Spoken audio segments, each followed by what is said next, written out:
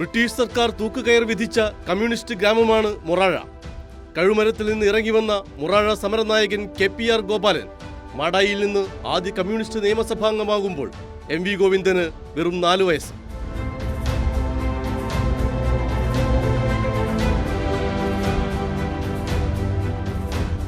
തൊള്ളായിരത്തി ബാലസംഘം പിറന്ന EK നായനാരുടെ ജന്മഗ്രാമമായ കല്യാശ്ശേരിയിൽ നിന്ന് ഗോവിന്ദന്റെ ജന്മഗ്രാമമായ മൊറാഴയിലേക്ക് വെറും 3 കിലോമീറ്റർ മാത്രമാണ് ദൂരം.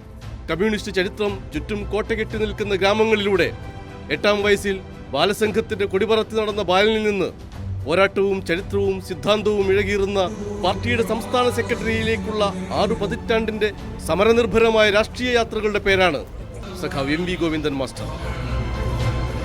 അടിയന്തരാവസ്ഥക്കാലത്തെ കമ്മ്യൂണിസ്റ്റ് യൗവനത്തിന്റെ ചോരത്തിളപ്പിൽ MV ഗോവിന്ദനും ജയിലിലടക്കപ്പെട്ടു. KSFും KSYFും കടന്ന് DYFIയുടെ സംസ്ഥാന പ്രസിഡന്റും സെക്രട്ടറിയുമായി.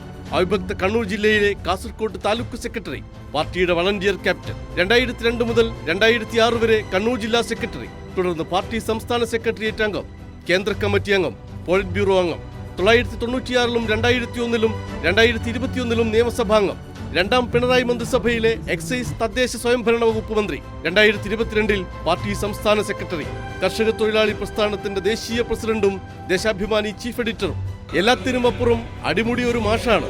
പ്രസംഗപീഠത്തിലായാലും വാർത്താ സമ്മേളനത്തിലായാലും MV ഗോവിന്ദൻ മാഷ് പാർട്ടി സിദ്ധാന്തങ്ങളാണ് പറയുകയെങ്കിലും ദാരിദ്ര്യത്തിന്റെയും ഇല്ലായ്മയുടെയും ജീവിത സാഹചര്യങ്ങളോട് മല്ലിട്ട് വളർന്ന സ്വന്തം ജീവിതമാണ് ഏറ്റവും വലിയ സിദ്ധാന്തം. 1995-ൽ ഗോവിന്ദൻ മാഷ് കണ്ണൂർ ജില്ലാ ആക്ടിംഗ് സെക്രട്ടറി ആയിരുന്ന കാലത്ത് സുനിൽ ചോപ്രയ്ക്കൊപ്പം പറശ്ശിനിക്കടവിലേക്ക് പ്രസംഗിക്കാൻ പോകുകയായിരുന്നു. റോഡ് പണി കാരണം കാർ ബ്ലോക്കിൽപ്പെട്ടു.